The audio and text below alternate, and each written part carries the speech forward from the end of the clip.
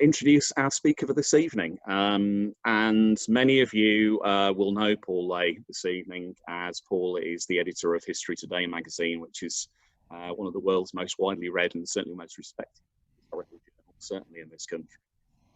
Paul has a lifetime interest, certainly going back to university from what he tells me, in this mid-17th century period, at least having studied under people like Barry Coward.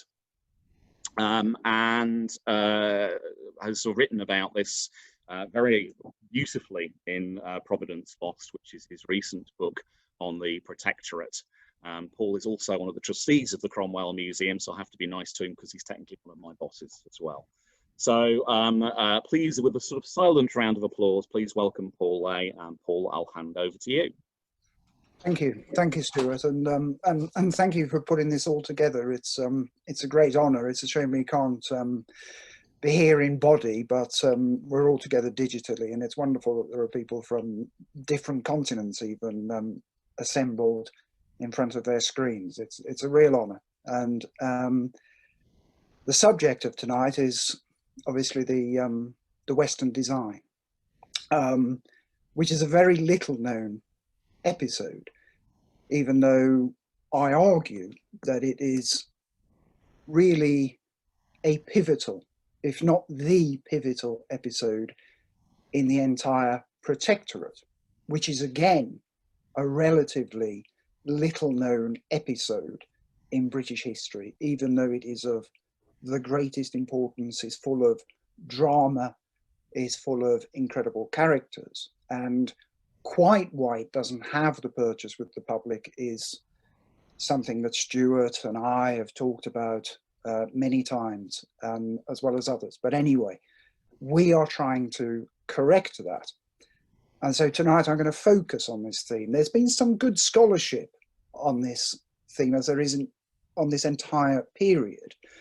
People like Karen Kupperman in the United States and Carla Gardina Pestana have written on the Western design and the conquest of Jamaica as well, and Timothy Venning has done this, but it's not something that the public knows about in any great numbers. So I'll try and tell that story this evening and do it justice. And before I get to the nub of the Western designer, I just want to place it within the context of the Civil Wars and what followed them, and the Protectorate. Many of you will know that story anyway, but I think it's worth placing in terms of the chronology. As you know, Charles I was executed in January 1649, and monarchy was formally abolished in May 1649. Sorry, Stuart, I've lost the. I've got your. You should have. Oh, that may be a problem in terms of the screen sharing. Okay. Well, it's not too much of a problem. Because basically, the monarchy was abolished, as I said, in May 1649, not just in England but in Ireland as well. The House of Lords, judged to be useless as well as dangerous, was similarly dismissed. A Council of State that was elected annually was to inherit the executive powers of monarchy, and England and its dominions were declared a Commonwealth and Free State. And almost a year after the King's death, the adult male population was obliged to take an engagement of loyalty to the Commonwealth as it was then established. And denial of the supreme authority of the Commons was made a treasonable act. There was other business to deal with as well. Ireland, which had been devastated by war since the rebellion of 1641, endured the Cromwellian invasion, the notorious Cromwellian invasion of 1649, and Scotland, though it was a tolerated polity in the hands of fellow Protestants, though of slightly more zealous bent, one might say, was also to be brought under English control. The Rump Parliament declined steadily, living hand to mouth, as it was described, and Cromwell grew frustrated with this ineffective parliament.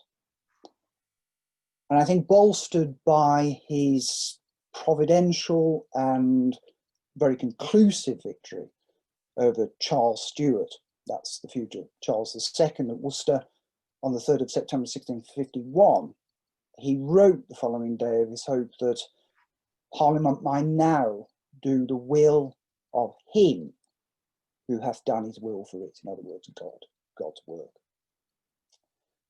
The Rump, in Cromwell's opinion and those around him, failed to rise to this challenge.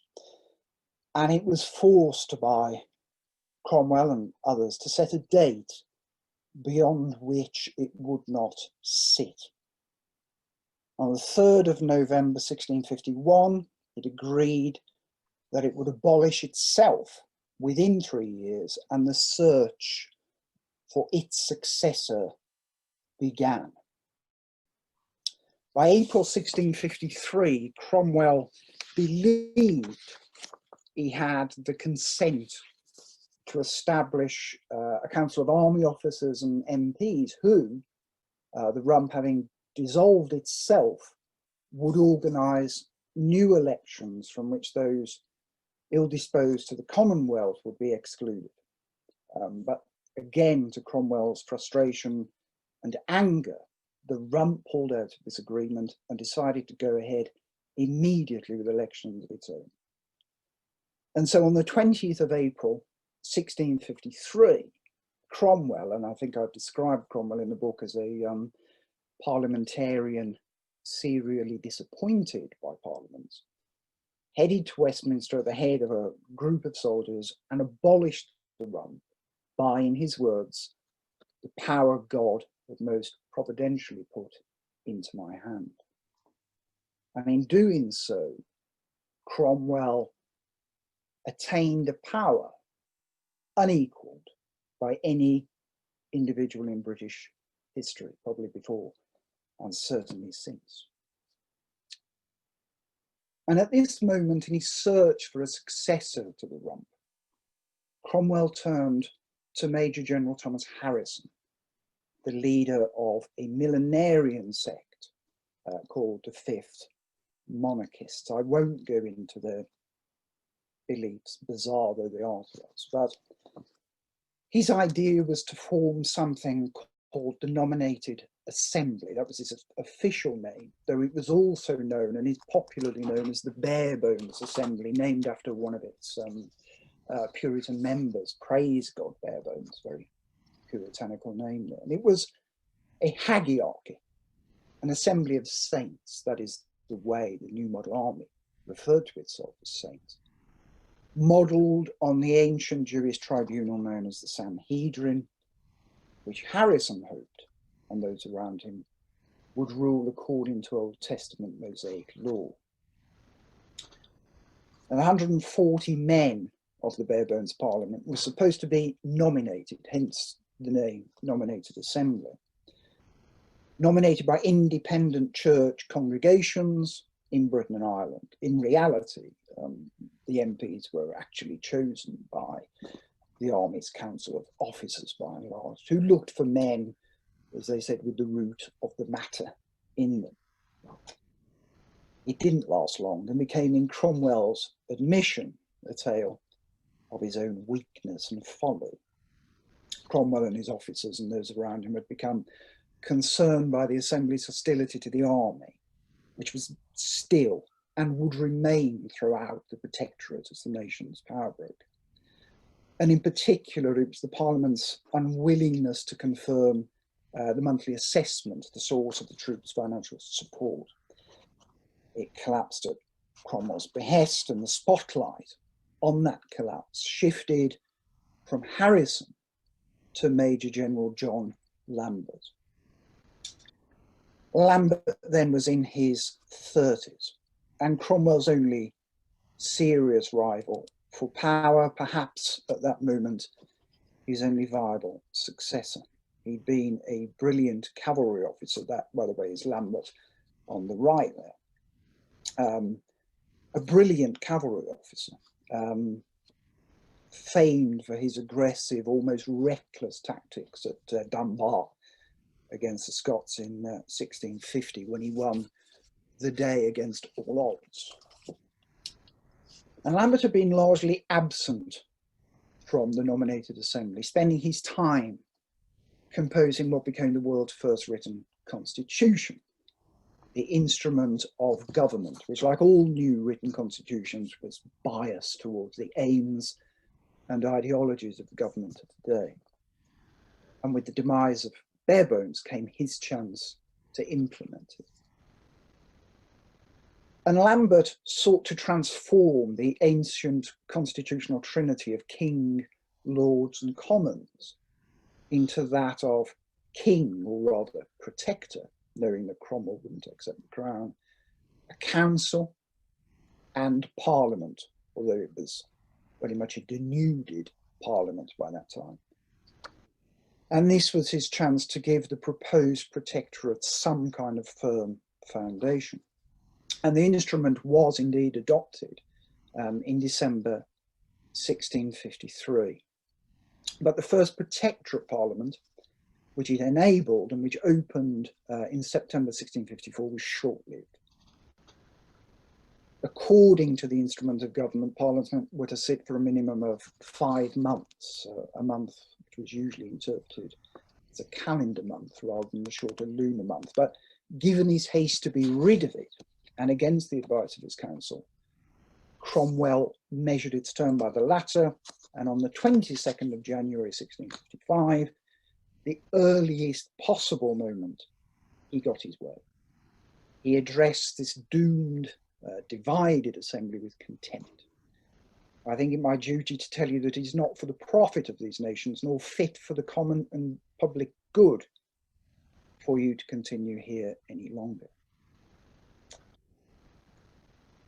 And so, with the political home front unsettled, though under no significant external or indeed real internal threat, such was the power of the army at this point, hopes ran high among some in the closed circle around Cromwell and that milieu for a project that would broadcast England's power to the world, a military adventure that would hark back to the days of Elizabeth I and the saint's own providential triumph in the Civil Wars. Such a triumph would reaffirm their election by God. Short-term setbacks and frustrations, which were abundant at the moment, demanded a kind of long-term reassurance from the highest of all, God. And here our tale takes a turn. And we introduce the character here in front of us, Thomas Gage. Thomas Gage was to play a crucial role in the creation of what was to become Britain's Caribbean Empire. He was born around 1603 into a long-established Catholic recusant family in Surrey. Both his parents had been condemned to death and then reprieved for harbouring Catholic priests, while an uncle had been executed for his role in the Babington plot to assassinate Elizabeth I in 1586. Robert Southwell, the Jesuit martyr, was a cousin. And Gage, like most or many bright younger sons of English recusant families, entered the Catholic seminary at Saint-Omer in northern France at about the age of 12. His father, as was usual, intended him to enter the Society of Jesus to become a Jesuit, but in fact, unusually, Gage moved on to what was described as the Hispanulated college in Valladolid, where he opted for a friar's life in the Dominican order. His father disowned him in response to this move. Now, Englishmen, even those of the Roman faith, were banned from travelling in the imperial possessions of Habsburg Spain. But somehow, in 1627, Gage, who seems to be an insatiably curious character, was then living at a convent in Jerez, not quite sure why, and having taken the name Thomas de Santa Maria, he boarded a ship in Cadiz, which was bound for Mexico. And there he intended to begin the next stage of his journey to Manila, capital of Spanish Philippines. But instead, Gage, along with some fellow friars, remained in Central America, heading south to Chiapas region, and then on to Guatemala, which he described as his second patria, and settled in its then capital city, Antigua, where he was to spend the next decade. He was something of a linguist, Gage, and he spent lengthy periods of time among indigenous peoples in the region, such as the Pokémon Maya, making notes along the way for what would become the first account by an Englishman of life in Spain's New World. However, by January 1637, Gage began a long and hazardous journey back to Europe and ultimately England. He was robbed by Dutch pirates on the Mosquito Coast, what is now Belize, and he crossed to the western Pacific side of the Central American Isthmus, from where he sailed to Panama, eventually reaching the major Spanish port of Portobello on the Caribbean coast. And here he enrolled as a chaplain to the captain of the ship that would return him to Spain. A month later, having forgotten most of his native tongue, he arrived in England, disinherited by his father and dependent on the recusant underground there, protected to some extent as they were by Henrietta Maria, Charles I's Catholic queen. And he reportedly said mass for a final time at a clandestine chapel in Holborn. After travelling to Rome and escaping the clutches of French privateers, he lived that kind of life, Gage. He returned to England for a final time in 1640. And it took him 2 years, not surprisingly, to convince Anglican bishops of his conversion to the Church of England's Puritan wing, we might describe it, a move he announced publicly at St. Paul's in August 1642 in a sermon later published as The Tyranny of Satan, discovered in the tears of a converted sinner. A sympathetic parliament granted him a parish in Kent before he moved to a more substantial position at the Church of St. Leonard's in the Kentish port of Deal, where he married, one of the benefits of conversion, of course, a woman called Ellen Yatt, and it appears that they raised at least 3 daughters while he was there. And it was in Deal that Gage composed his travelogue, very compelling travelogue actually, of retrospective self-justification called The English-American, His Travail by Sea and Land, or a New Survey of the West Indies, which was eventually published in England in 1648. It was not only the first account of life in the Spanish New World by an Englishman, it was the first by a non-Habsburg subject. And it was something of a bestseller. And it remains, it is available, an enjoyable read. It's rather breathless at times, but it is enjoyable. Food is an obsession with Gage, no doubt due to the long periods of privation he must have endured. And indeed, one chapter is devoted entirely to chocolate, which fascinated him, though he observed rather accurately that those that use this chocolate much grow fat and corpulent by it. Elsewhere, he describes for the first time in English burritos and tamales, as well as other local delicacies such as beans and iguana. And he writes very sympathetically of the Indians who prepared them. He was obviously a notable pastoral priest and was plainly committed to caring for his indigenous flock. But the bitter divisions of Britain's civil wars when he returned to England revealed a less attractive side. Gage bore witness in court against three of his former colleagues. Father Thomas Holland, who he had known at Saint-Omer, was executed in 1642, largely on Gage's evidence.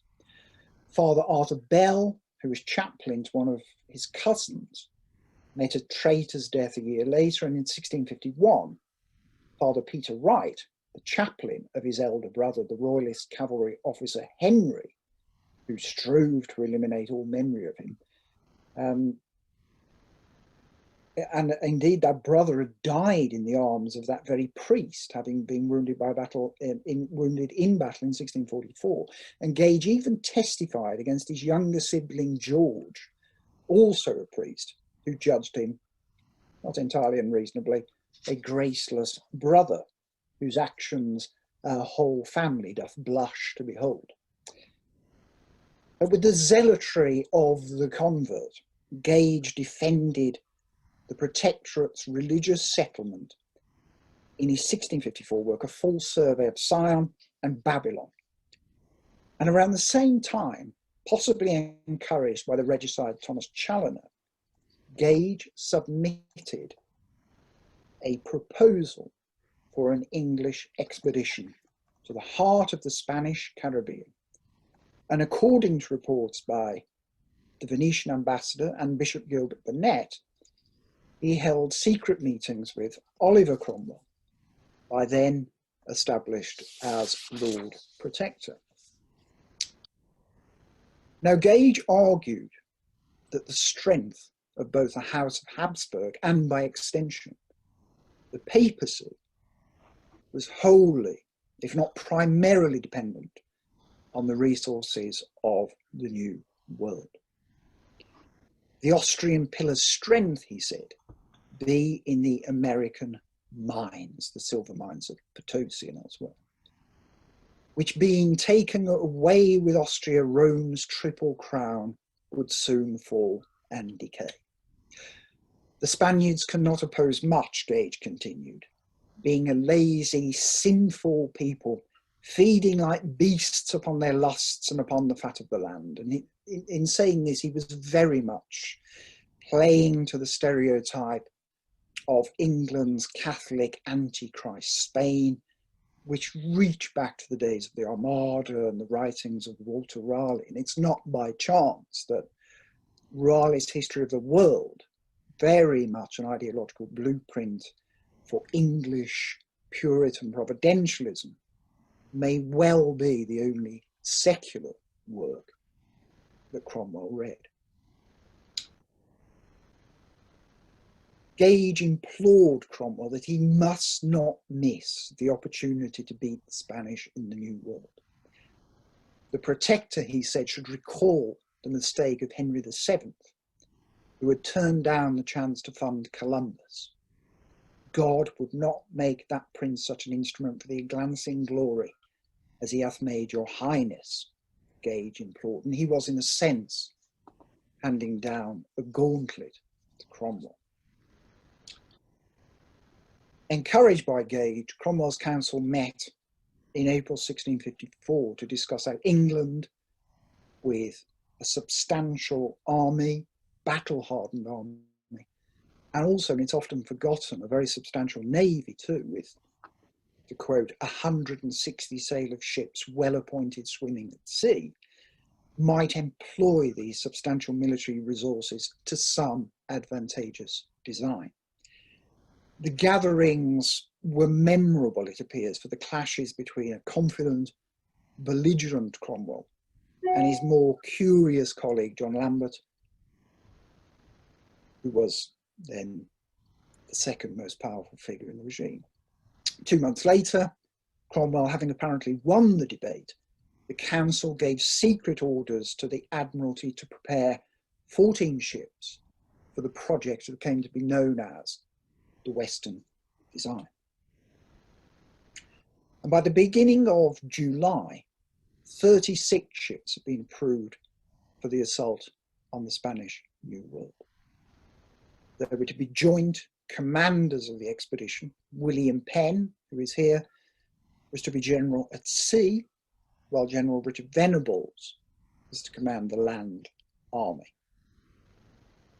The force set sail from Spithead in the Swiftsure on Christmas Day 1654, along with 37 other ships, some support vessels, and around 2,500 men.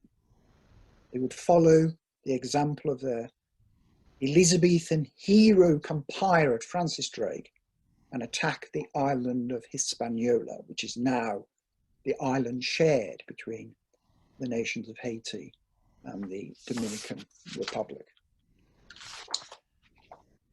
Penn's invincible armada made Barbados on the 29th of January 1655, where another 5,500 men were recruited amid actually considerable local opposition, because Barbados came with a history. In 1650, after years of relative stability under the stewardship of Philip Bell, who was a former governor of Providence Island, just off the coast of Nicaragua, which had also been settled, as anyone who's read my book will know, by Puritan adventurers. Barbados rejected the authority of Parliament. A number of defeated royalists, to whom Bell arranged the sale of plantations, made their way there. And Humphrey Warrond, a particularly vehement royalist, led a campaign of harassment against these independents, more sympathetic to Parliament, which he described as the seven-headed dragon of Westminster, of whom James Drax was the most prominent. Now, anyone who's been watching the news lately will know about the Drax family. There's been quite a controversial a controversy concerning the Conservative MP Richard Drax, who is a descendant of this family and has property in Barbados. His ancestor was one of more than 120 settlers who were arrested by the island's royalist regime.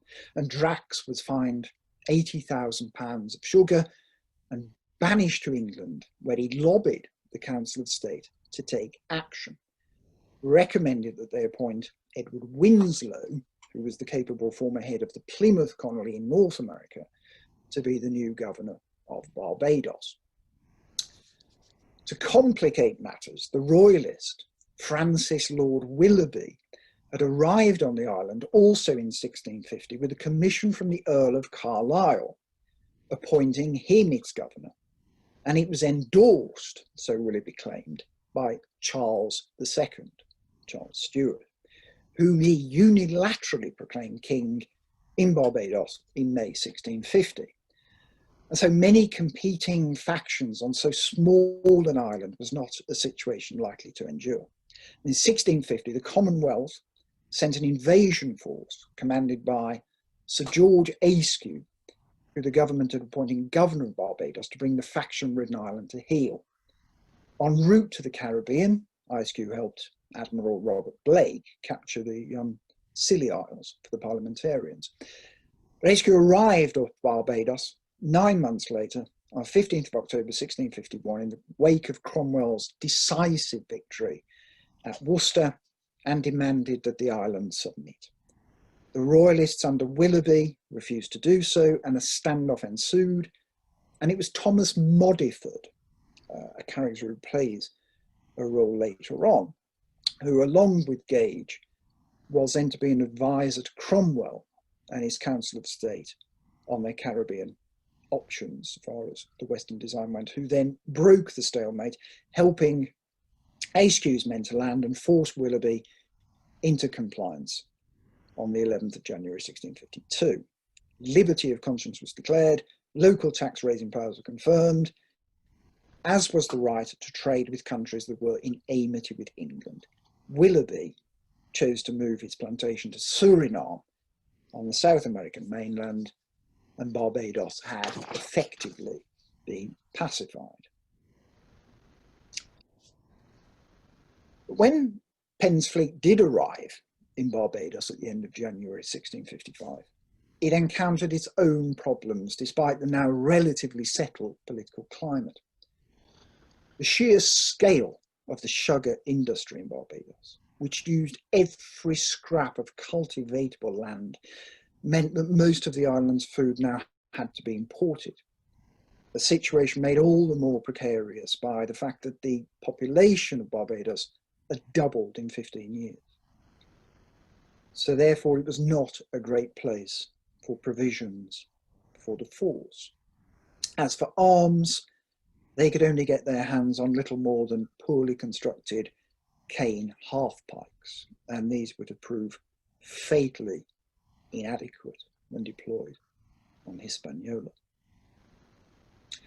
Despite parliamentary orders to the contrary, Penn seized a number of Dutch ships. There a jury of resentful locals assembled by a local commissioner found for the strangers, as the Dutch and other foreign traders were known. And Venables became increasingly angered by the delays they were encountering on the island. The inefficiency and disorganisation was all a long way, he observed, from the brutally effective Irish campaigns that had brought him to prominence. And the force eventually left Barbados on the 31st of March, 1655. The largest English fleet ever to sail through the Caribbean headed north to the Lesser Antilles, with its final destination known only to its 5 commissioners, including Penn and Venables. A minor skirmish took place with the indigenous Calinago of Dominica. The 3 seamen of the Tulip were wounded, and 1 Carib was killed in retaliation, but generally progress was smooth. The fleet moored at the Leeward Islands, what is Antigua and St. Christopher, both in English hands for provisions. And Cromwell was represented on St. Kitts, a territory shared with France, had been there for 2 months already and had recruited 2 invaluable guides to the region. Kempis Bada was a Frisian based in Antigua who had served in Providence Island, and Captain Christopher Cox had lived among the Spanish for about 12 years, serving as a gunner, presumably because he was believed to be an Irish Catholic, and he may have been among those Irish residents who fled Barbados when life became difficult following the Irish Rebellion of 1641. He was certainly a skilled pilot whose fortunes would become entwined with those of the Western design.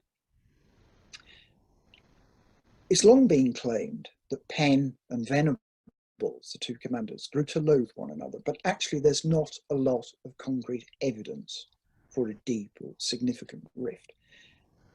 This narrative of hatred seems to have come about from their self-justification when, following Venables' humiliating return to London, he was incarcerated in the Tower of London, and understandably sought to set poisonous thoughts to paper. Yet the duo's working relationship cannot really have been helped by the operational confusion and secrecy that surrounded this hastily and inadequately prepared exhibition. Although Penn had command of naval matters, he was technically subordinate to Venables, while both were overseen by commissioners Winslow and Searle, neither of whom had military experience. They in turn reported directly to Cromwell. And given the limitations of early modern communications, this was an awfully long chain of command.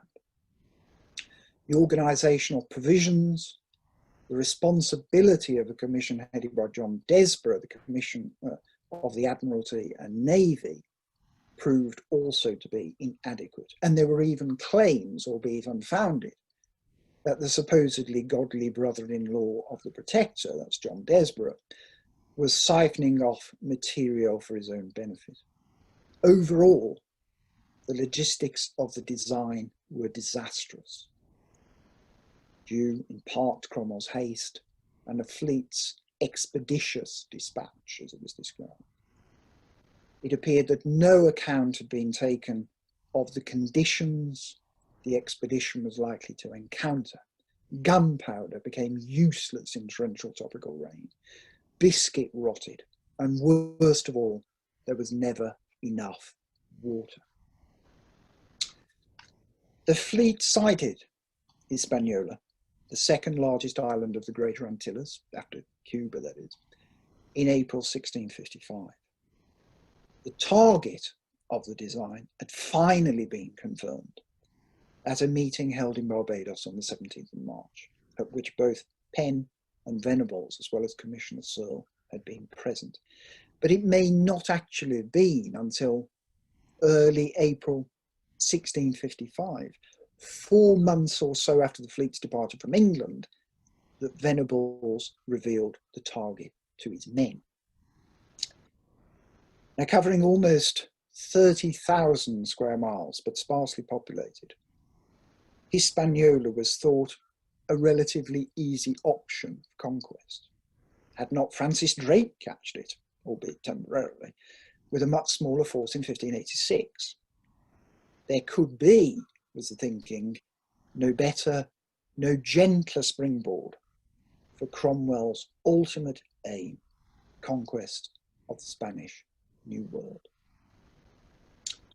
The fleet would target the same landing point as Drake had done, Zena, near the Spanish fort of San Geronimo, using techniques honed in the Irish campaign. The notably pious and allegedly Anabaptist Vice Admiral William Goodson would be in charge of landing Venables' troops on the 14th of April. Though he was one of the few commanders to have experience of the Caribbean, he found the coast rocky and a great surf of the sea against it, in so much that in many places we saw the beatings of the water appear afar off, like the smoke of ordnance, the wind being but indifferent. It was an inauspicious beginning to the campaign. Having failed to land at Zena, Goodson sailed 30 miles west to Point Yacayo, where 7,500 men were landed very well, it was said, and without opposition of the enemy, in a good sandy bay. The following day, a force under Anthony Buller, former governor of the Scilly Isles, together with some foot soldiers, landed where Goodson had tried to disembark the day before. The two forces were now 30 and 12 miles respectively from their ultimate prize, Santo Domingo, capital of Hispaniola. And you can see it on the map there where Haiti and the Dominican Republic are there. Santo Domingo is in the east.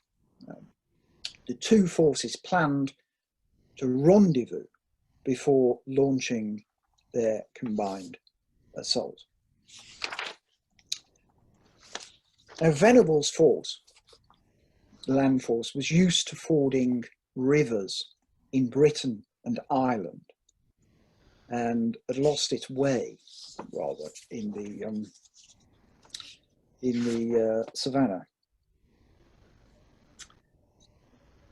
Their lack of water became critical, and a crossing point on the River Hinnom was eventually found, and some 2,000 men were positioned there to secure it while the other troops rested overnight. The following day, they came upon two men of African descent, one of whom claimed to be a former servant of Thomas Warner, the governor of St. Kitts. At 4 o'clock in the afternoon, Venables' and Buller's forces finally achieved their long-delayed rendezvous. And no sooner had they done so than they were ambushed.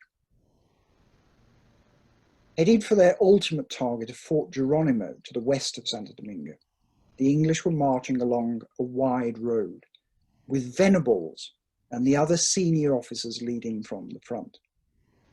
As they approached a gateway to what they believed to be an abandoned settlement, one of the English soldiers spotted a prone enemy soldier and took aim. This prompted the Spanish, at the urging of their Irish cavalryman, Don Juan Murphy, almost certainly a corruption of Murphy, to attack. And up to 30 of the English were killed in the ensuing firefight, including 4 officers and the invaluable navigator Cox. Although the English regrouped and fought off the Spanish, Goodson's regiment of seamen made a particularly strong showing. The firelocks, musketeers as we call them now, commanded by a Captain Paulet, had shamefully run. According to Godson, his men came within range of San Domingo, where they awaited the rest of the force, but it never arrived. A rumour circulated that as the seamen advanced, Venables had walked past them into a wood seeking his own regiment. The story, true or not, would be used against him by his enemies in the fallout of failure. While the army slept that night, the Navy bombarded Santo Domingo. The troops were to stay put until the following Monday, enjoying, as it was described, some kind of quiet, refreshed, or so they thought, by the waters of the river Hinnom, and what victuals the Navy could bring ashore in the high surf. Venables rejected a proposal to split the force in two and approached the town in a pincer movement, despite the tactic having widespread support among his officers. The soldiers faced another Spanish attack on Wednesday, 20th of April, though the enemy was soon put to run. The Spanish captain was killed, along with half a dozen of the attackers. The African who had served Thomas Warner was praised for his fierce response. "Give the dogs no quarters," he was said to have insisted. For all these rousing sentiments, the English soldiers became increasingly affected by illness. The river on whose banks they rested was poisoned by a nearby copper mine. And then on the Thursday, the rains came. It was not until the following Tuesday, 11 days after landing and with their morale low, that they launched their final assault on Santo Domingo, strengthened by some light artillery. Moving slowly on half rations, they approached the fort at San Geronimo in tight formation. In the vanguard were the 240 or so troops of Adjutant General Jackson, followed by reformados. Those are volunteers who've returned to the army, often experienced figures. There were Paulet's somewhat disgraced firelocks, Captain Carpenter's cavalry, and the infantry under the army's second in command, Major General James Heene. Jackson, it appears, obeying Venables' orders, ignored Heene's advice to establish wings on both sides of the fort, and they marched as one. Already under withering fire from the 7 heavy guns of the fort, they were ambushed by forces from the neighbouring woods. They fired back, again as one, with a single volley, and in the time it took for the English to reload, the Spanish charged and the invaders fled like a torrent in a narrow passage, as it was described. Paulet was killed in the rout, while the experienced reformados stood their ground, paying a very heavy price. Out of 55 men, just 18 survived. Major General Heene also offered fierce resistance and died a hero, along with his ensign Thomas Boyd, his sword sheathed in his enemy's bowels. The Spanish vaqueros, or cow killers, did much of the damage. These were men and women of mainly African descent, and their deployment of ferocious lances was highly skilled and highly lethal. Guns which took an age to reload, and poorly made Barbadian cane pikes offered little resistance. In total, as many as 1,500 English troops were killed and injured, the humiliation made worse by the morale-sapping loss of as many as 9 colours, the regiment's rallying flag.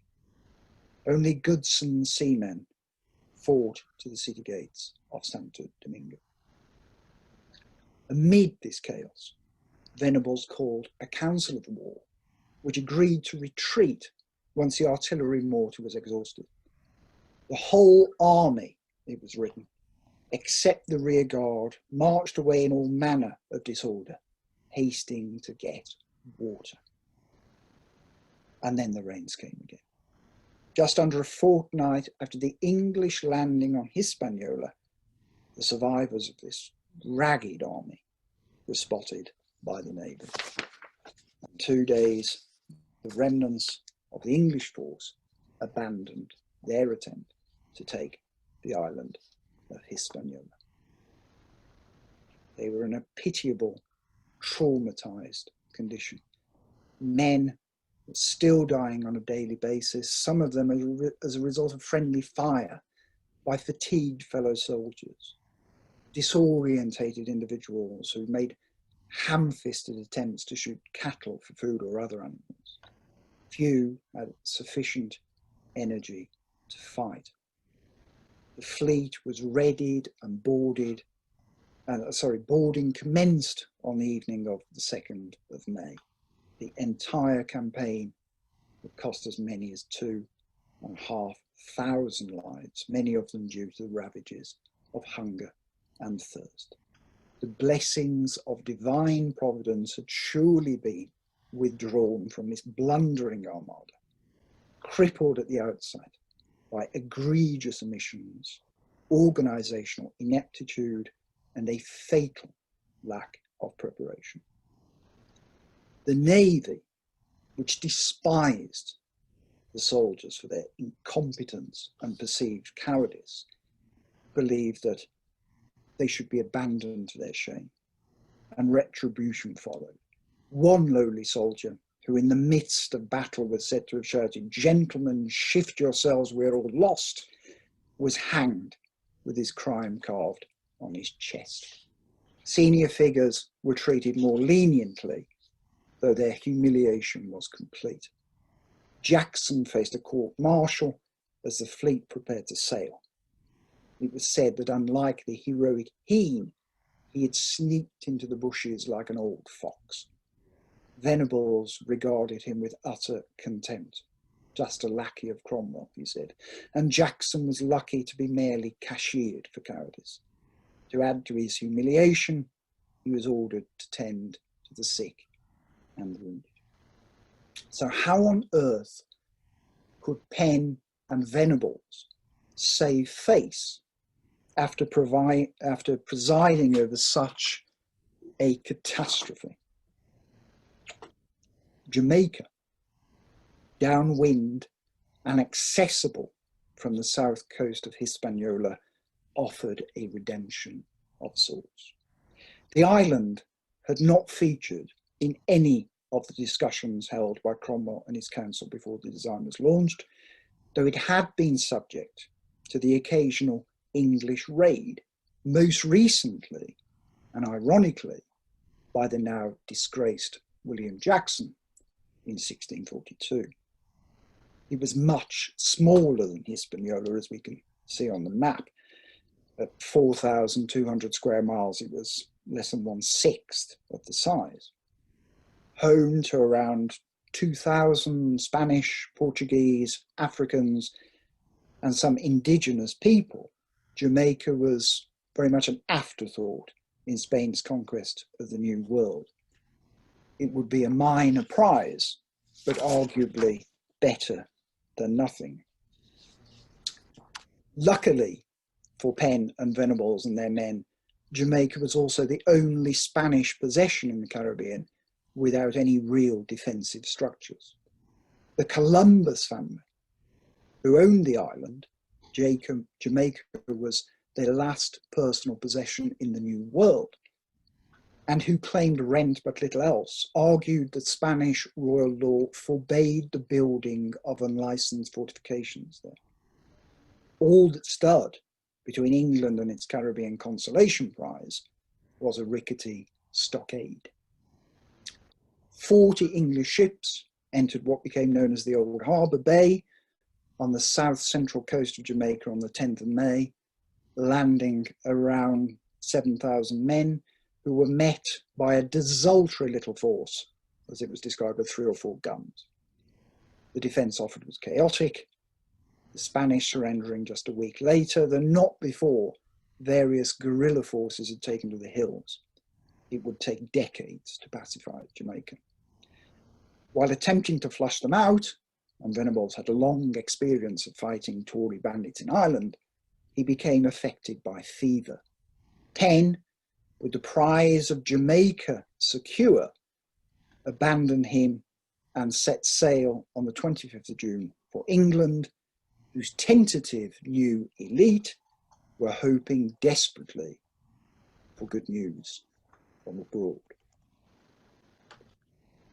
And for 7 months after the fleet's departure from Spithead, the Western design's fulfilment or failure, rather like its origins and its intent, remained a mystery. Communication across the Atlantic was slow and insecure. 6 weeks was the absolute minimum crossing time from England to Barbados, during which a game of Chinese whispers can unfold, exaggerated by interested parties, from the spin of government officials eager to shape a positive narrative, to the schadenfreude of royalist exiles, hoping that bad news would bring shame to a regime they despised and herald its fall. Inevitably, rumour, fantasy, and wishful thinking filled the gaps left by an absence of reliable facts.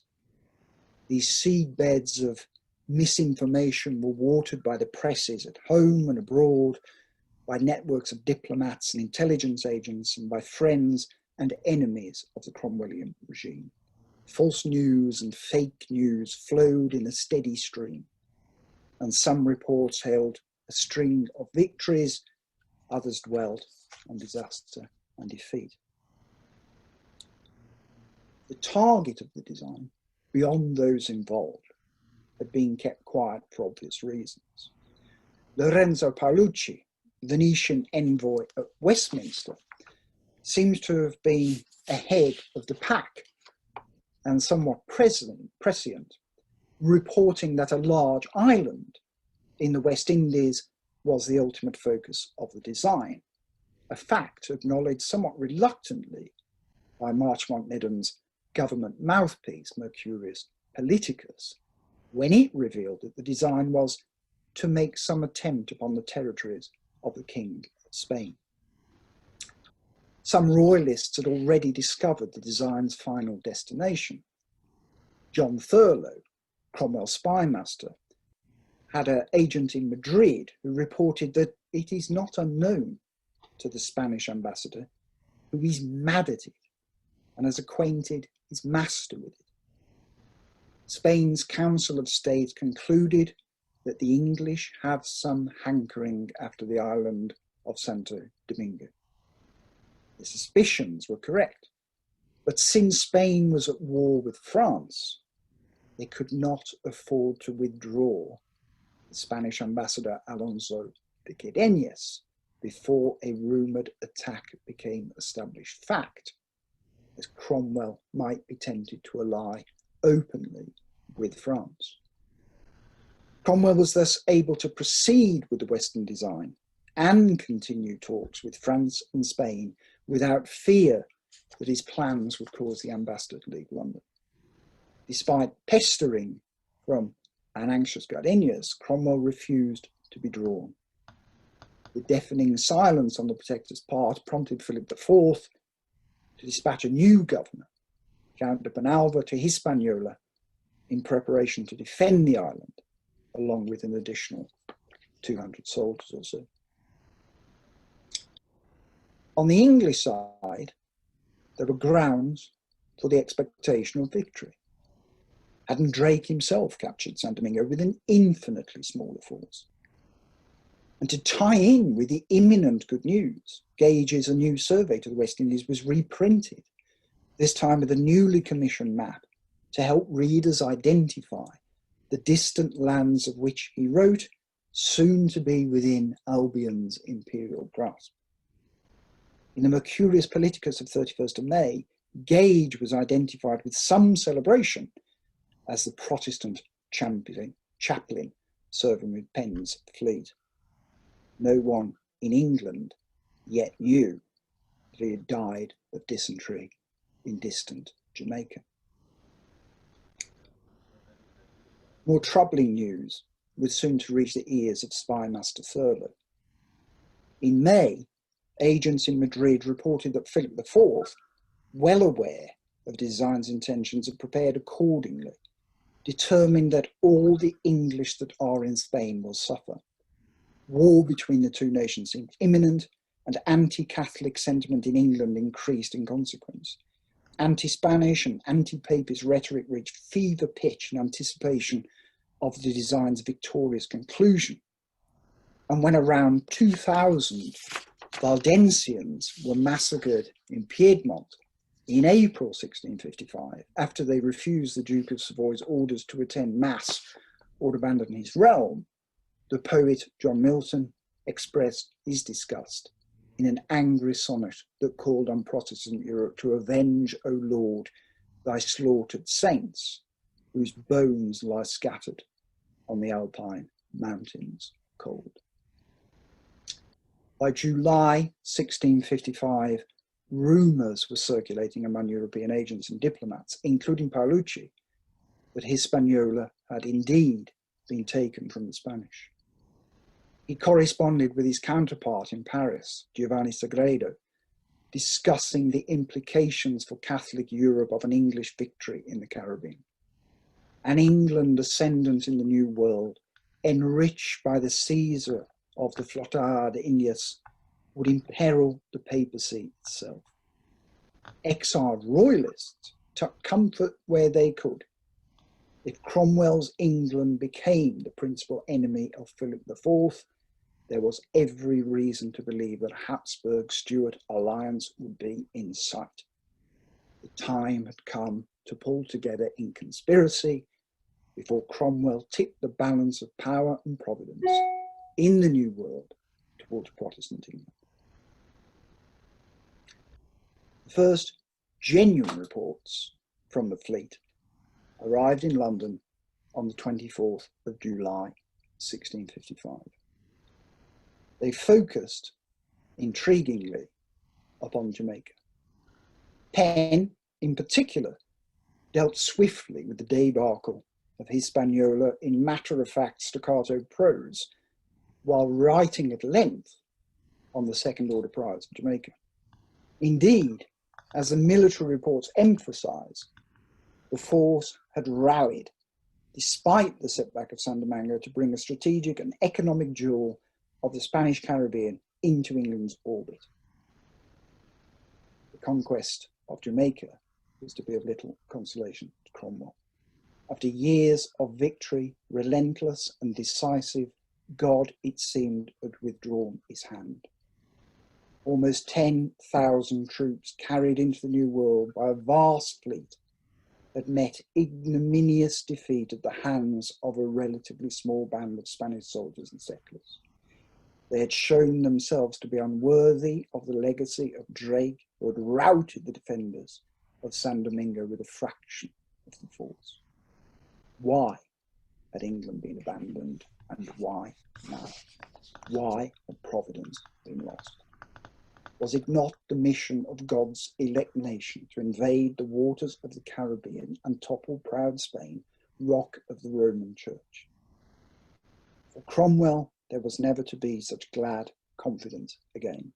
The members of the expedition had been marked by in his words, extreme avarice, pride and confidence, disorders and debauchedness, profaneness and wickedness. Conditions must be created where virtue and goodness and godliness could flourish.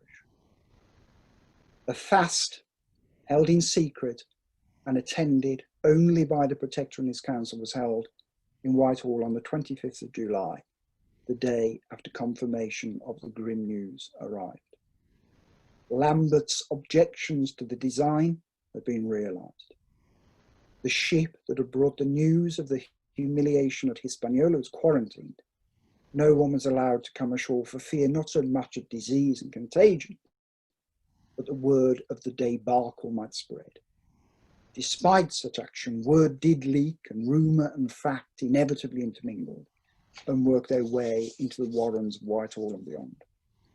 2 days later, on the 27th of July, the news sheet, certain passages of every day's intelligence acknowledged defeat, but in what would become the classic English trope of heroic failure, reported that the defeated troops declared themselves valiant and true English men. The faithful Scout, however, the most fawning of the organs of the Protectorate press under its editor Daniel Border, continued to insist on English victory, claiming that a number of forts as well as 450 prisoners had been taken on Hispaniola. There was only so far they could lie. By the beginning of August, Nedham's Mercurius Politicus was claiming that Jamaica was targeted in preference to Hispaniola, that the commanders of the design relinquished Hispaniola, were landed at Jamaica instead and became masters of the island. Jamaica was more commended every day than Hispaniola for the fertility of the place and the goodness of the fruits and plants. That the statement would turn out to be true eventually, long after the protagonist was dead, was in this case and so many others more contingent than considered. But those who wrote of the advantages of Jamaica, though motivated by post hoc justification, were not wrong in their judgment that Jamaica would produce as good a trade as any island in America, though a bitter and brutal trade it was. As Bellucci noted, Cromwell was far from satisfied with the results achieved in America, so much below his hopes. To avoid discouraging the people, he's trying to make out the advantages are great by the continued occupation of the conquest, said Bellucci. Jamaica was to be settled, and under the Protector, to whom, as the Weekly Post, the work of the faithful Scouts Daniel Burder urged, let us humbly submit. General Blake will, in time, it implored, with wild optimism, be as famous as Sir Francis Drake. The royalist William Dugdale wrote to John Langley, the head of St Paul's School, in October 1655. It seems our superiors, he wrote, are not pleased that so much of these matters should be communicated by the press, for they had restrained all pamphlets by Politicus, which is to be viewed by the Secretary of State, that is Thurlow. Nedham defended such restrictions on the press in the Mercurius Politicus in October. It was necessary, he argued, to limit the number of news outlets to loyalists such as him in order to prevent the falsehoods and great confusion which led to the abusing of the people and the dishonour of the nation, and English setbacks were piling up. William Godson failed in his mission to capture the flotilla of the Caribbean as it set out from Havana. Blake, the greatest of Cromwell's admirals, was ordered to interrupt it as it tried to reach the Mediterranean. Again, he failed. Quirini, the Venetian ambassador, reported that in the meantime, a good proportion of the English in Malaga, Cadiz, Seville and San Luca, who may amount to some 50 families, and embarked by night on the fleet, taking their money with them. All things which indicate upheaval and the very worst intentions. Even the faithful scout by this point was finding it hard to have much faith in good news from the New World. The truth is, it reported, the loss of the English is far greater than was expected. For since the quitting of Hispaniola and the taking of Jamaica, many brave spirits have lost their lives, perishing merely for want of sustenance and provisions. English merchants in the Caribbean became anxious when Philip IV announced a trade embargo on England. Cromwell authorised a tax on Spanish shipping in response, but this would hardly make up for the loss of Spanish trade, the merchants argued, as Spanish captains would simply destroy their own vessels rather than let them be captured. The wide-eyed idealism of the design, unplanned and casual in its execution, was coming to be seen among the English public as fruitless, an adventure in which many lives have been lost for no purpose. Paolucci himself wrote of his regret that instead of going to the Indies, the English had sailed to the Levant in defence of the Christian faith. They would have been loaded with glory, have found an easier task, and probably a more profitable one. Royalists relished the irony that the same presses that once lauded the parliamentary forces now held Cromwell to account as he had done the king. The Protector was put in mind now to suppress them, there being matter to be written against his advantage. The Cornish royalist Joseph Jane also noted that despite the positive spin put on the conquest of Jamaica, it is not difficult to discern they have but sorry comfort in it. This did not stop royalists with too much time on their hands from indulging in paranoid conspiracy theories of their own. Marmaduke Langdale insisted that an Anglo-Spanish alliance uniting the unlikely bedfellows of Cromwell and Philip IV would carve up the Caribbean to the detriment of France. In fact, Philip IV's response to the English aggression on his Caribbean possessions was patient and considered. The pirates from the ports of Ostend and Dunkirk were given carte blanche by him to attack English shipping.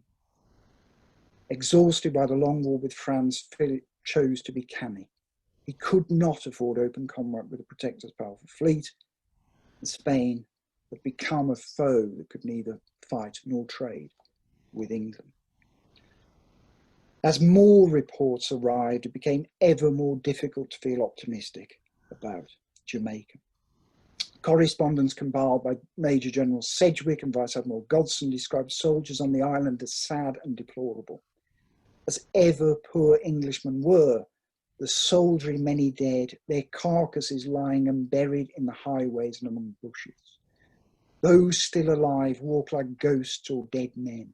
More than 100 soldiers were dying every week in Jamaica, most of them of disease. Venables, furious with Penn for leaving Jamaica without him, had attempted to overtake his fellow commander on his voyage back on the Marston Moor, and he failed, making it to Portsmouth on the 9th of September, almost a skeleton. Both he and Penn were sent to the Tower via Traitor's Gate, noted the Swedish ambassador, and were released at the end of October. Venables lost his commission and lived out the rest of his life in mildly comfortable disgrace. His wife, returning from what was actually their honeymoon, blamed everyone but her husband for the failure. For the work of God was not like to be done by the devil's instruments. A wicked army it was, she said, and sent out without arms or provisions sufficient. Major General Worsley asked, very close to Cromwell's inner circle, "The Lord help us to know what our sin is and what his pleasure is, that we're so crossed and vested in Jamaica." Enemies muttered. Arthur Vane, Republican, compared Cromwell with William the Conqueror, bringer of the Norman yoke and the bogeyman of levellers and Commonwealthmen. The root and bottom on which it stood, he claimed, was the private lust and will of the conqueror. Cromwell had succumbed to such vices too. He and his nation stood admonished for all the world to see, humiliated by their hubris. The failure of the Western design crushed the Protector personally, a man who up till now had known only victory. The Civil War had been won by an army despised by our enemies and little less than despised by our friends, but on the side of the saints, which its soldiers themselves became in the light of victory. Now the army tasted defeat for the first time. The man who had accomplished in 3 years what English monarchs had failed to do in 100, the conquest of Ireland and Scotland, had been brought low. Cromwell had written to Vice Admiral Godson that the Lord hath greatly humbled us in this sad loss. We have provoked the Lord, and it is good for us to know and to be abased for the same. In a move typical of Cromwell, he retreated from public life, and in one of his many Anglish dialogues with God, begged to be brought to an understanding of how the present disastrous state of affairs had come about. How had he and his government failed in their duty before him? Cromwell interpreted the debacle in providential terms. Why had the God who had been at his side in fierce battle abandoned him, his saints, his nation? The hand of the Lord, Cromwell observed, hath not been more visible in any part of this rebuke. The saints of the new model army had been elected to carry out God's purpose on earth, and their military success was the outward dispensation of their inward grace. Divine providence explained the spectacular military successes of Cromwell, who was, we should not forget, an amateur general who had embarked upon a career late of dazzling achievement. The reason for the failure Cromwell alighted on was one shared by many of his Puritan comrades. They had failed in their divinely appointed task of carrying out the moral transformation of the English people. Cromwell wrote to Colonel Richard Fortescue, now commander of the army in Jamaica, that the only way to regain God's blessing is that all manner of vice may be thoroughly discountenanced and severely punished, and that such a form of government may be exercised that virtue and godliness may receive due encouragement. It was a mission that could be postponed no longer. With a plan now in place to hand control of England's every region to those most zealous in godly reform, Cromwell would impose the Puritan worldview on the masses and save the nation. They could not rely upon God's dispensation. Every opportunity for moral betterment must be grasped, for to neglect, slight, or condemn any lawful means is a tempting of God that man shall cast off all means and say he will rest upon my providence. Neither believes there is indeed an overriding providence, nor can rest upon providence. A day of solemn fasting and humiliation was ordered for the 6th of December 1655. We have provoked the Lord, admitted Cromwell, and it is good for us to know so, and to be abased for the same. We should lay our mouths in the dust. Cromwell's long run of success had been a path to hubris. Royalists had lost because of their sinful pasts, as they were all too aware. But Cromwell and his circle were prone to consider God's will less, perhaps, than once they had. The certainty of their election had become their undoing.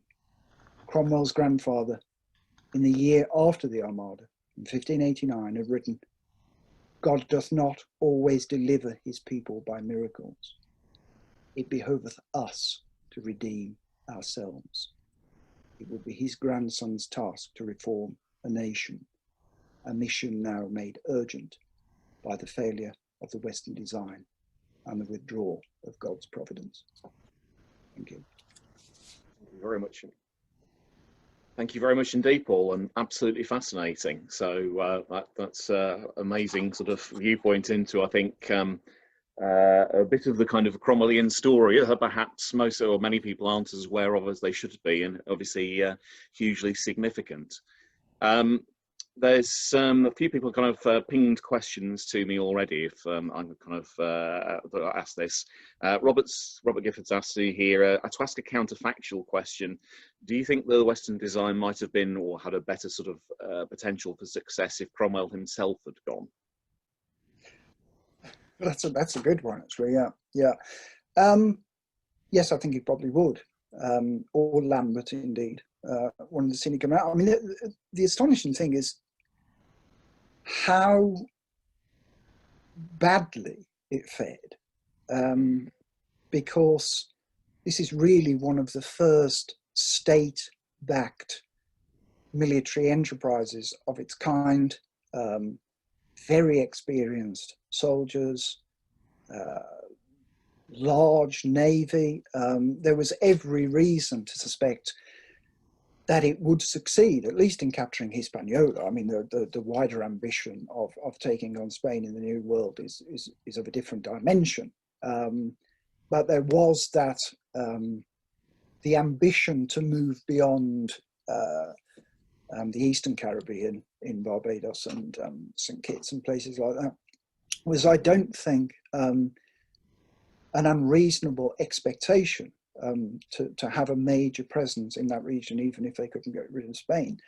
And I think it was just the fact that it was reasonable to expect success that actually led to the hubris. One can only just presume that, you know, we're so good at this that they just took their eye off the ball as they did. Because they certainly had sufficient numbers. They seemed to have experience. It was really to do with provision, and the person who really is the person to blame for this is really Desborough, who I always think of Desborough as a bit of a liability anyway in general. His judgment is not great in all kinds of situations. I mean, he has one notable moment in the Penruddock Rising in March 1655, but I mean, considering the kind of shambles that the Royalist Rising was, it was hardly one hardly needed to be a great military figure to be able to put that one down. So I think if you had to point the blame at anyone, it would be Desborough.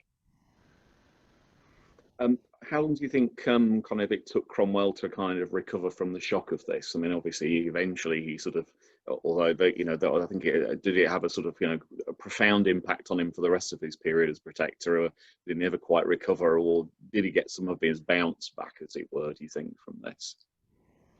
No, I don't really think he ever did. I think it is a pivotal moment, not only because of the effect it had on Cromwell. It obviously did have it was a serious psychological and spiritual blow. There's no doubt about that, the withdrawal. But I think it also led to misjudgment, political misjudgment and political overreach. The Major Generals was not a very well thought through idea. I think it would have been far more effective had he worked much more closely with the traditional families and the ruling groups like JPs in the regions. I don't think there would have been particularly great resistance in any part of England and Wales in any significant way. I don't think there was an internal threat. I think it was almost like a kind of panic that are we so abased that we need to do something quickly? And the Major Generals was obviously an option there. And from then on, I think things begin to unravel. There's not the elision between groups that I think there was before. It becomes a much more bitter struggle between two sides of the ruling group, which I think becomes evident with the trial of James Naylor, of the Quaker James Naylor later. Then the attempt by the Major Generals with the Militia Bill to extend their power, the assassination attempts, the Signicum plot in particular, all this comes together at a time when also Cromwell is feeling is ailing physically. And on top of all this, the succession to his regime is never, ever sorted out, and it becomes fatal to the regime in the end. Yeah. So I've got a question from Liam Bologna here. He says, many thanks, Paul. Great to hear your paper. Says, were Royalists in any way disappointed at the failure to take Hispaniola, as it may have resulted in the Spanish War with the Protectorate? Well, Langdale's opinion seems to be an eccentric one, but you can see why it would work. I mean, I think most Royalists at that point were quite desperate. I mean, I think there really was. It did not appear likely a restoration at that point if you look at what was being said among Royalists, both in exile around Charles Stuart and with those who sort of come to terms with the regime at home. I get the sense that they were a long way off, and in many ways the restoration was a very contingent affair. It happened very suddenly, and I think that in 1655, 1656, even 1657, it seemed unlikely. And even when you have the accession of Richard Cromwell as Lord Protector, if you look at the correspondence of royalists at that time, both in exile and at home, they are very, very disappointed that the handover, the transition seems to have run very, very smoothly. So I think the possibility of royalists of a restoration becomes a reality, and an unexpected reality, very late in the day for them. Mm.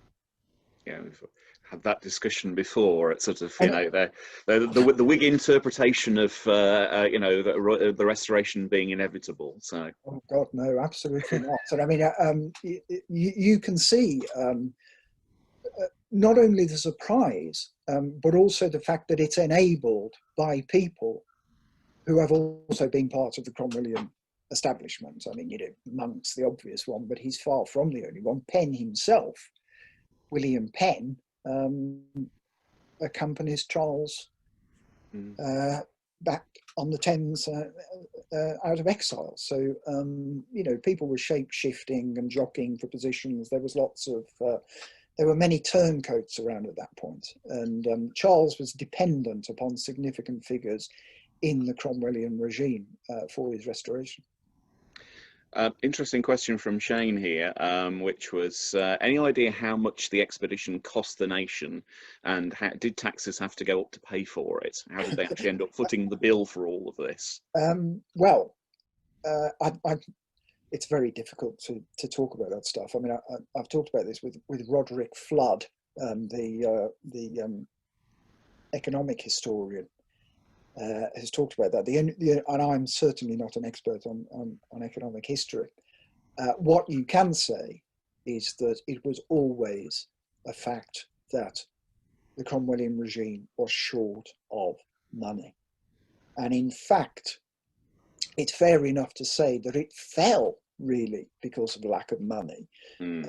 Because when John Lambert, in the last desperate days of the regime, tried to confront Monk's Scottish army, he failed largely because of shortages of money, because there were higher taxes in Scotland, and so Monk's army was better shod, it was better armed, simply because there was more tax raised there. It was always a problem for the regime raising money, as it had been. I mean, in fairness for Charles as well. I mean, it is one of the problems.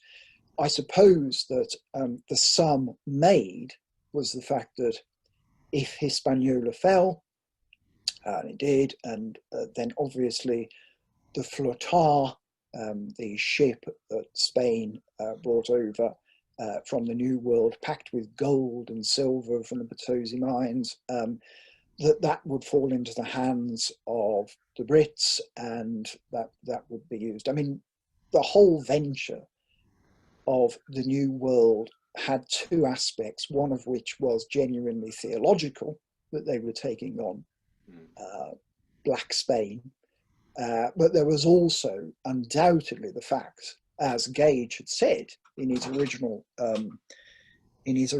argument for the mission, that they would have the money that was underpropping the papacy. So, I mean, it would pay for itself many, many times over if it succeeded. Presumably it's back to the old Elizabethan idea of, you know, capturing a treasure fleet or whatever, you know, as Drake and Raleigh had done, and that finances your expedition, sort of, if you've captured it. But of course it didn't quite work out like that. Yeah, absolutely. And they had very much, and I think in Cromwell this is absolutely true, had very much an Elizabethan worldview when it came to foreign policy. I think Raleigh's History of the World really was a big influence on him. I think the providential, puritanical Protestantism that they embodied, and I think it's fair to say as well that if he had one historical hero, then Cromwell's is Elizabeth I.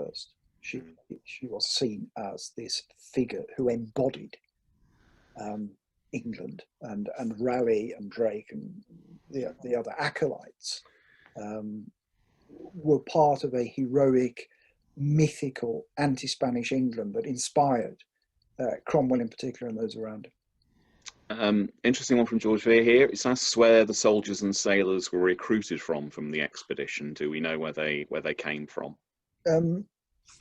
Most of them. Well, I mean, there were a lot of people who had experience of war at that point, and there was, I think, many signed up on the promise that they were to share in the bounty. And there was a great deal of disappointment when it was announced on the ship, when they were well on their way to the West Indies, that this was not going to be the case, that this was very much a state-backed rather than an individual enterprise. And I think there was quite a lot of disappointment. And one of the problems with recruiting in Barbados was due to that fact as well. If you had served with Drake and Raleigh, you would have expected to have, even the humblest sailor would have expected to take a portion of the prizes that were won there. But that was not the case in the Western design. But I don't think that was understood by any of the men who signed up for that when they signed up. Question from Murty, who I think is Julie Ball. Why did they not take pikes with them? Why did they have to end up making ones out of cane, and rather than taking ash pikes with them, as the army presumably had anyway? Yeah, well, I think they fundamentally misunderstood Barbados. I think they expected Barbados to be a land of provisions, a land of bounty, a place where these things could be made. But Barbados had changed rapidly in the time. You know, we're talking about communications on a really, really extended basis here. Nothing like on the stuff. It took months, if not years, for news to reach there.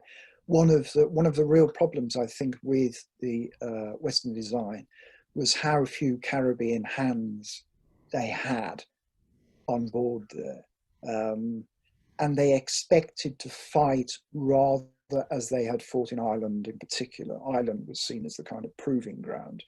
And most of the soldiers who'd had experience, or many of them, would have fought in Irish conditions, where you basically foraged off the land, or you took stuff off the enemy, you used the arms of the enemy against them. And that was not an option that was really available in places like Barbados, plus this problem of cultivation on the island as well, which had been given over to sugar and slavery by that point, and had to import its own food. So I think they thought they were fighting one war, which was essentially a European war, the one they fought in Ireland, but they were fighting in very, very different conditions, and there was no real understanding beyond a few old Caribbean hands of what would be needed. That's fascinating. One from Steve Murdoch. Thank you, Steve, for this, who's just sent us around some documents here. A random document from Barbados in 1653, which says comes from Stockholm, of all places. So I'll put that on the email that I send out to everybody with the details on Monday, so you can have a read of that. So it's really interesting. Thank you for sharing that, Steve. I think the final question here, which is probably a good one to end on, from Andrea Porter. Simple question, I know, but how did Cromwell define providence? And was, well, I was going to say, big question. And was success or failure always his gauge, by which he lived and governed by? I mean, providence, we know, is hugely central to him. But if the short answer version, Paul. Say that again. So, how did Cromwell define providence? And was success or failure always the gauge by which he lived and governed by? Well, I think, I mean, the 17th century world, it's not just Puritans or the parliamentary side. Royalists are every bit as concerned with providence and their worldview informed by providence as Cromwell. I think there's an added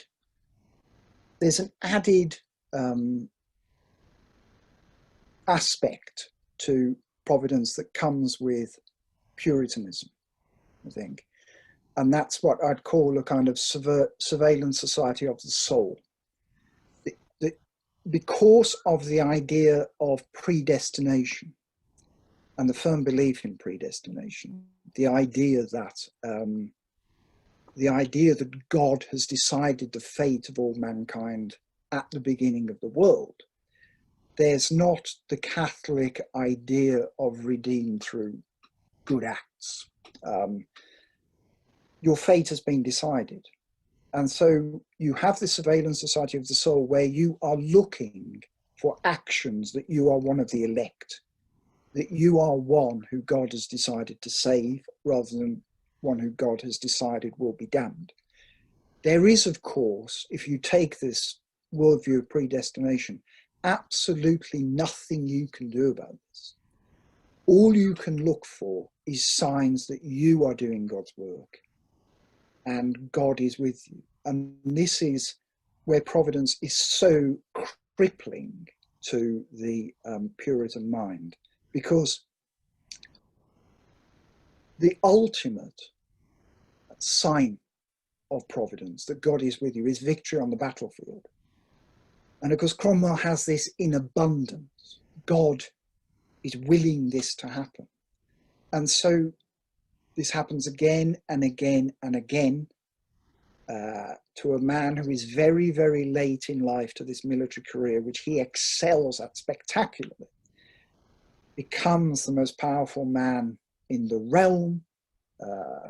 Everything has gone right until this moment, and it's withdrawn and the doubt kicks in. And I've compared it somewhat to social media, this kind of worldview, whereby you might be on Facebook or Twitter and you're constantly looking for people to say nice things about you or to endorse your worldview, that you're on the right side, you're with the good guys, that kind of thing. But you can give up social media, you can get rid of your stuff, you cannot get rid of God. And so you have this crippling anxiety about your fate in the universe. And that's what Cromwell is there. It's very well done. I think one of the best illustrations of this is Howard Brenton's play 55 Days, which is set in the 55 days before Charles's execution, when Cromwell's just a player at that point. He's not the primus inter pares that he becomes, but he's in constant dialogue with God, seeking what God wants. And you can see this after the catastrophe of the Western design in some of the quotes I mentioned there and other stuff, that it's almost impossible to come back from that. God's withdrawn his judgment after all that I've believed. And that's a kind of sickening body blow. which I don't think he does recover. But that's how I define Providence. I mean, if anyone wants to read about Providence, the great work is the essay by Blair Worden, one of the great historians of this period, called The Sin of Achan, which is a particular biblical passage that Cromwell was obsessed by. I mean, he's very much a New Testament man, very much an Old Testament man, Cromwell, rather than a New Testament man, I think it's fair to say. Isaiah is his great book, but The Sin of Achan in Blair Worden's essay, which is in his collection called God's Instruments, is a very insightful essay on the Puritan providential mind. Yes, and again, a couple of points here from Liam. Was it the first Earl of Cork's motto, God's providence is my inheritance, which I think is a nice one to have. As he's also said here, diaries from Dutch Protestants have also been used to show the anxiety about one's salvation and damnation. So, and of course, we know that Cromwell sort of, has this conversation with his God, most notoriously, of course, when he's offered the crown and spends 6 weeks in conversation with him about it. So, just finishing. No, so I think we'll draw to a close with that one. Paul, thank you so much for your time this evening. Pleasure. And for a fascinating window and to, as I say, a bit of the sort of this story, this fascinating period, which doesn't get as much attention as it should do. Huge thanks to everybody for coming along this evening and for questions and thoughts and comments and whatever as well.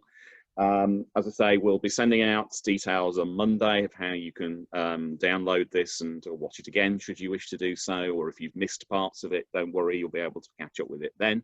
And just a reminder that next Wednesday evening we have the second of our talks, which is Andrea, who was here this evening and said thank you very much to everybody, who will be talking about sex and sexuality in Stuart Britain. So very different view next week.